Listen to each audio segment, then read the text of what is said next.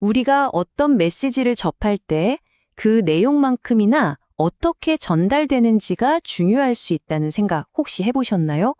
흔히 내용이 전부라고 여기지만 과연 그게 사실일까요? 견얼망지라는 아주 유명한 말이 있죠. 달을 보려면 그 달을 가리키는 손가락은 잊어야 한다는 뜻인데요. 오랫동안 우리는 이 말처럼 진실, 즉 달 자체가 가장 중요하다고 믿어왔습니다. 손가락은 그저 거들 뿐이라고요. 네, 그러니까 다른 메시지, 목적과 의미 그 자체고요. 손가락은 그걸 전달하는 미디어, 즉 수단과 방법인 셈이죠. 무엇을 전달하느냐가 어떻게 전달하느냐보다 훨씬 더 본질적이라고 생각해 온 겁니다. 그런데요, 이 전통적인 생각에 아주 강력한 반론을 제기한 사람이 있습니다. 바로 미디어 이론이다 마셜 맥클루언입니다. 정말 손가락, 즉 미디어를 그냥 무시해도 괜찮은 걸까요? 어쩌면 우리가 그 손가락에 대해 아주 중요한 무언가를 놓치고 있었던 건 아닐까요?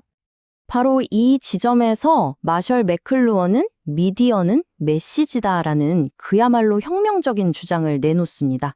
이게 무슨 말이냐면요. 메시지의 내용보다 그 메시지를 전달하는 미디어의 특성 자체가 우리에게 훨씬 더 큰 영향을 미친다는 거예요. 맥클루언의 통찰은 이런 겁니다.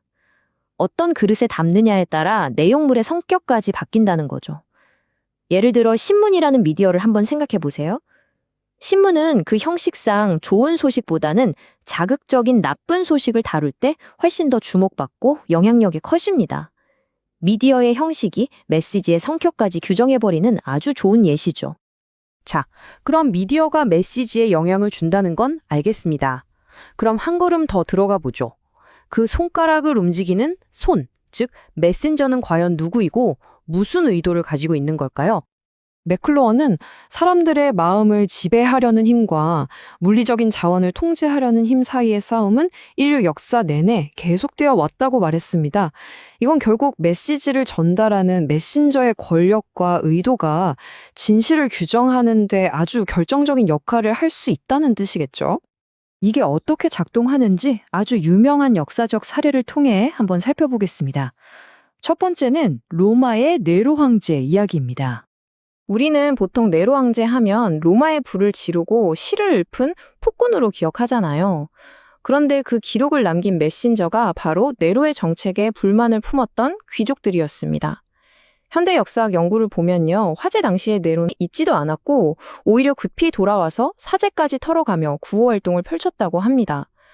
결국 메신저인 귀족들이 역사 기록이라는 미디어를 이용해서 자신들의 정치적 목적에 맞게 메시지를 완전히 만들어낸 거죠. 이런 비슷한 일은 우리 역사 속에서도 찾을 수 있습니다. 고려가 멸망하고 조선이 세워지는 그 과정에서 말이죠. 조선을 건국한 세력은 고려 왕조를 무너뜨릴 정당성이 필요했습니다. 그래서 패가 입진, 즉 가짜를 패하고 진짜를 세운다는 명분을 내세웠죠. 이걸 위해서 고려의 마지막 왕들이었던 우왕과 창왕이 사실은 왕씨가 아니라 신돈이라는 승려의 아들이라는 이야기를 퍼뜨렸습니다. 그리고 훗날 승자가 되어서 편찬한 역사서, 고려사라는 미디어에 이 주장을 사실인 것처럼 기록한 겁니다. 메신저의 필요에 따라 역사가 어떻게 편집될 수 있는지 보여주는 또 하나의 분명한 사례입니다. 여기서 정말 중요한 포인트가 있습니다. 메신저는 그냥 거짓말만 하는 게 아니라는 거예요. 이들은 우리가 세상을 바라보는 창문, 즉 프레임 자체를 만들어버립니다. 특정 정보만 보여주거나 특정 각도에서만 보게 함으로써 우리의 생각 자체를 제한하는 거죠. 과거의 메신저들이 있는 사실을 왜곡하는 수준이었다면 지금 우리가 사는 시대는 한 차원 더 나아갔습니다. 아예 존재하지 않는 현실을 창조하는 시대가 된 거죠. 이제 이야기를 현대로 가져와 보겠습니다. 특히 현대사회에서는 정보를 받아들이는 수용자, 바로 우리의 역할이 정말 중요해졌습니다. 우리는 자기도 모르게 보고 싶은 것만 보려는 확증 편향에 빠지기 쉽고요. 또 알고리즘이 만들어주는 필터 버블 안에 갇혀서 나와 바른 생각은 아예 접하지도 못하게 될 수 있습니다. 정리하자면 이렇습니다. 과거에 정보 조작이 있던 메시지를 비트는 왜곡이었다면 지금은 아예 없던 현실을 만드는 창조의 수준에 이르렀다는 겁니다. 생성형 AI나 딥페이크 같은 기술을 한번 떠올려 보세요. 이건 손가락이 달을 잘못 가리키는 수준의 문제가 아닙니다. 아예 밤하늘에 있지도 않았던 달을 새로 그려 넣는 것과 같아요. 원본 없는 복제품이 진짜처럼 행세하는 그런 만들어진 현실의 시대가 열린 겁니다. 그렇다면 이렇게 복잡한 세상 속에서 우리는 어떻게 진실에 좀 더 가까이 다가갈 수 있을까요? 지금까지 이야기한 내용을 4가지 핵심 요소로 정리해 볼 수 있겠습니다. 진실을 제대로 파악하려면 이 4가지를 항상 함께 생각해야 합니다. 첫째, 전달되는 정보 자체인 달. 둘째, 그 정보를 담는 그릇인 미디어, 즉 손가락. 셋째, 그 손가락을 움직이는 주체인 손. 그리고 마지막으로 이 모든 걸 바라보는 우리 자신의 눈에 어떤 편향은 없는지까지 점검해야 하는 거죠.